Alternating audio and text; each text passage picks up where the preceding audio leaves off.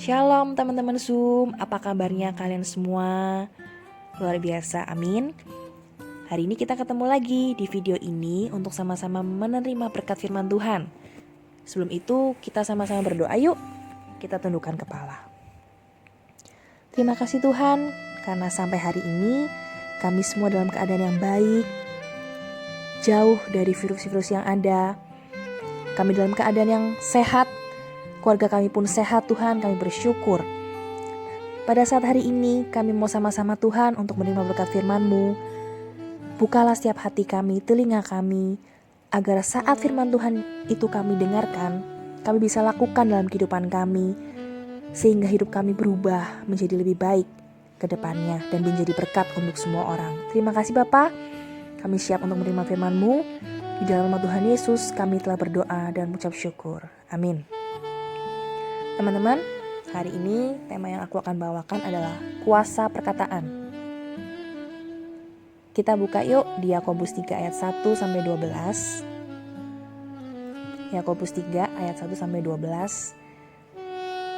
Teman-teman sambil baca ayatnya, aku sambil merangkumnya ya. Perkataan ini kan berasal dari lidah ya teman-teman. Tuhan menciptakan lidah kita tentu dengan maksud yang baik. Contohnya, untuk memuji Tuhan, berkata-kata dengan Tuhan, melalui doa kita, melalui pujian kita yang biasa kita naikkan saat ibadah, berkata-kata juga dengan sesama kita. Tidak peduli kapan aja, lidah kita tuh dapat mengucapkan kata yang baik maupun yang kotor. Oleh sebab itu teman-teman, lidah kita perlu kita jaga. Yakobus memberitahu dalam ayat-ayat yang sedang teman-teman baca ya, bahwa walaupun lidah adalah anggota kecil dari tubuh, namun dapat memegahkan perkara-perkara yang besar. Itulah sebabnya teman-teman, dalam Amsal 13 ayat 12, Alkitab memperingatkan kita bahwa siapa menjaga mulutnya memelihara nyawanya, siapa yang lebar bibir akan ditimpa kebinasaan. Tidak jarang kita terpengaruh dari perkataan-perkataan teman maupun mungkin tontonan-tontonan yang sering kita tonton tiap harinya lewat YouTube atau lewat video-video yang mungkin ada rekan-rekan yang mengirimkan kepada kita. Tidak jarang juga perkataan mereka merupakan perkataan yang kotor, perkataan yang negatif.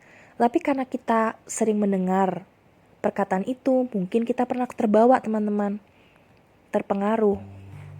Nah, hari ini kita sama-sama diingatkan Tuhan bahwa kita perlu menjaga lidah kita dalam perkataan yang kita keluarkan setiap harinya. Kenapa kita harus menjaga lidah kita dan perkataan kita? Ada 4 alasan. Yuk kita masuk yang pertama ya. Kita buka di Amsal 13 ayat 2a. Amsal 13 ayat 2a. Dari buah mulutnya seseorang akan makan yang baik. Perkataan kita adalah benih yang ditaburkan dan akan berbuah mengikuti kita, teman-teman. Lidah kita ini menghasilkan perkataan. Dan di dalam perkataan ada kekuatan yang tersimpan dan menghasilkan buah. Dan akan kita nikmati dalam kehidupan. Setiap perkataan entah yang positif atau negatif, semuanya akan berdampak bagi hidup kita. Firman Tuhan mengatakan bahwa perkataan memberi buah kepada kita. Sebab itu penting bagi kita untuk berkata-kata seperti apa yang firman Tuhan katakan mengenai kita.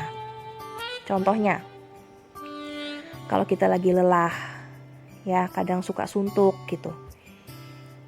Atau lelah karena pekerjaan, atau mungkin lelah dalam masalah yang kita hadapi. Kadang mungkin kita bersungut-sungut, mungkin kita protes kepada Tuhan.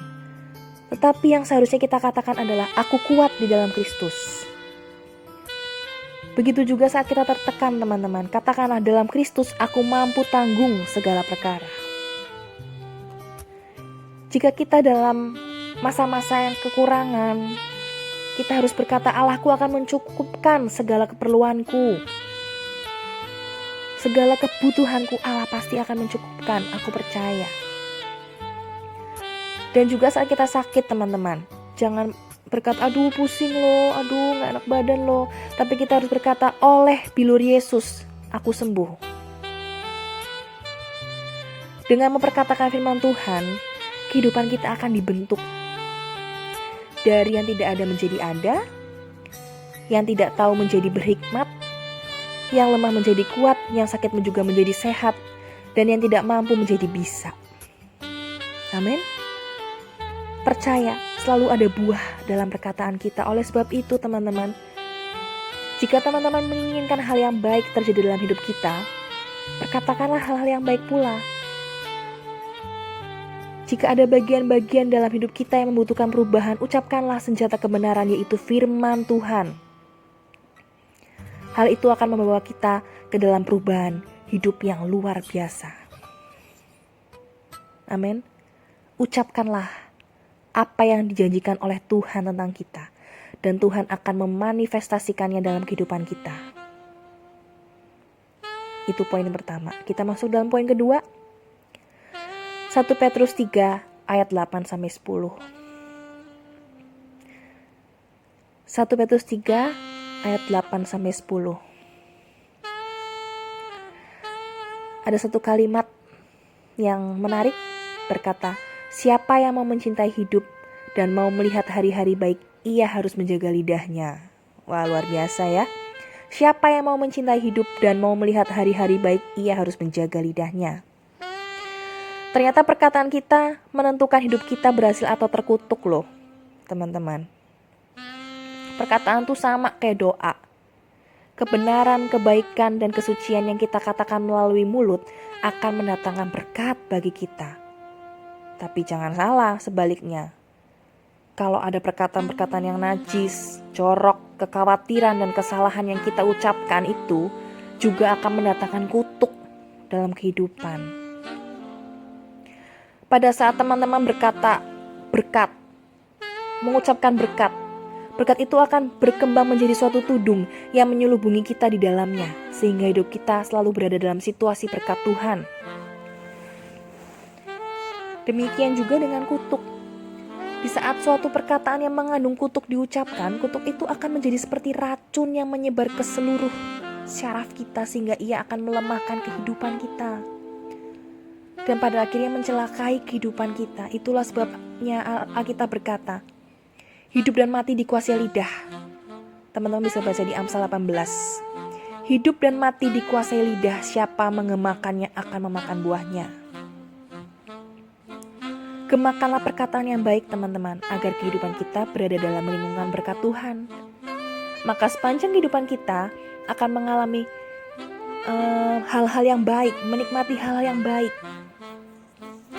Jagalah bibir mulut kita dari perkataan yang jahat, yang mengutuk, jorok, supaya hidup kita jangan berada dalam penderitaan dan kutuk. Amin. Mau berubah ya? Agar hidup kita juga berubah teman-teman. Yakin apa yang kita aminkan itu akan terjadi. Amin. Poin yang ketiga, dalam Bilangan 14 ayat 28. Berkata, katakanlah kepada mereka, demi aku yang hidup, demikianlah firman Tuhan, bahwasanya seperti yang kamu katakan di hadapanku, demikianlah akan kulakukan kepadamu. Alasan ketiga, mengapa perkataan perlu dijaga, mengapa lidah kita perlu dijaga? Karena Allah memperlakukan kita sesuai dengan apa yang kita katakan. Teman-teman ingat, pada saat bangsa Israel keluar dari tanah Mesir, Allah berjanji akan membawa mereka ke negeri yang penuh dengan susu dan madu. Harapan-harapan bangsa Israel kepada Allah menjadi luntur lantaran tantangan-tantangan yang mereka hadapi, terus lalu mereka bersungut-sungut. Berkata, lebih baik kami mati di tanah Mesir atau di padang gurun ini.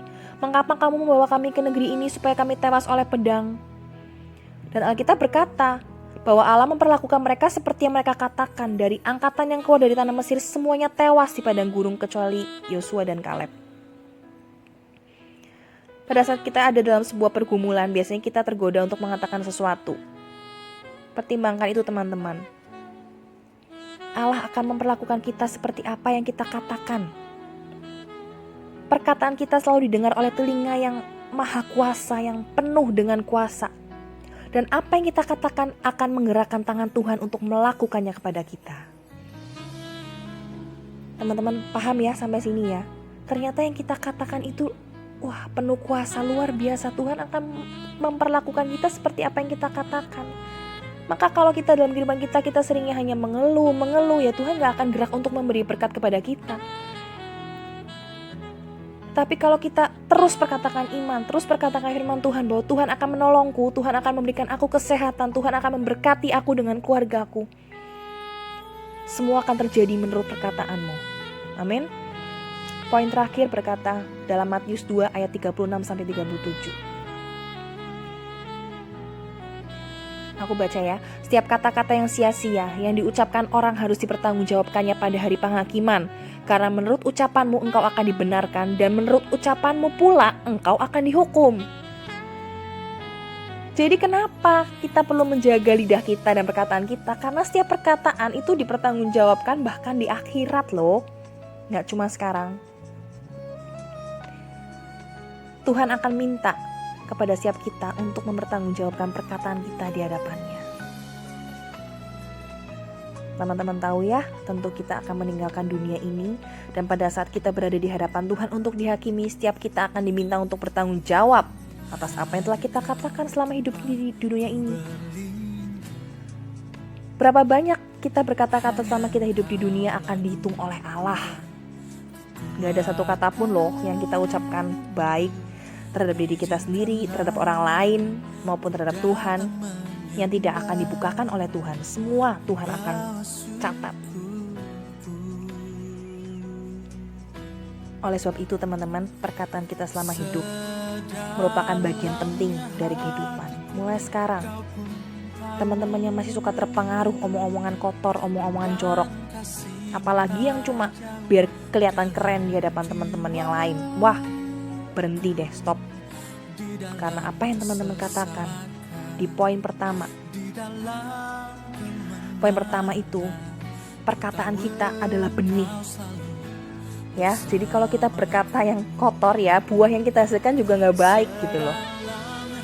Dan poin kedua juga, perkataan kita itu menentukan hidup kita berhasil atau terkutuk. Ini penting banget loh. Jadi kalau kita selalu mengeluh, selalu omong-omongan yang tidak baik, ya itu akan terjadi dalam kehidupan kamu.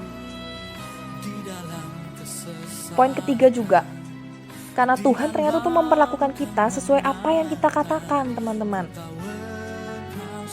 Dan yang poin yang terakhir, kenapa kita perlu menjaga perkataan kita dan lidah kita?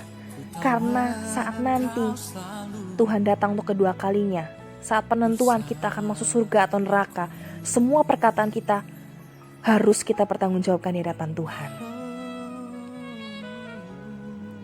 Karena itu yuk kita jaga lidah kita setiap hari. Kita pelihara perkataan kita ini dengan baik, lidah kita dengan baik. Itu satu-satunya cara untuk memelihara hidup kita. Amin. Stop omong-omongan yang tidak baik. Stop omong-omongan yang penuh dengan putus asa. Stop omong-omongan kasar, omong-omongan kotor yang hanya cuma biar kelihatan keren di hadapan teman-teman lain. Stop itu semua teman-teman. Kita anak-anak muda yang harus menjadi berkat untuk semua orang. Amin. Tuhan Yesus memberkati.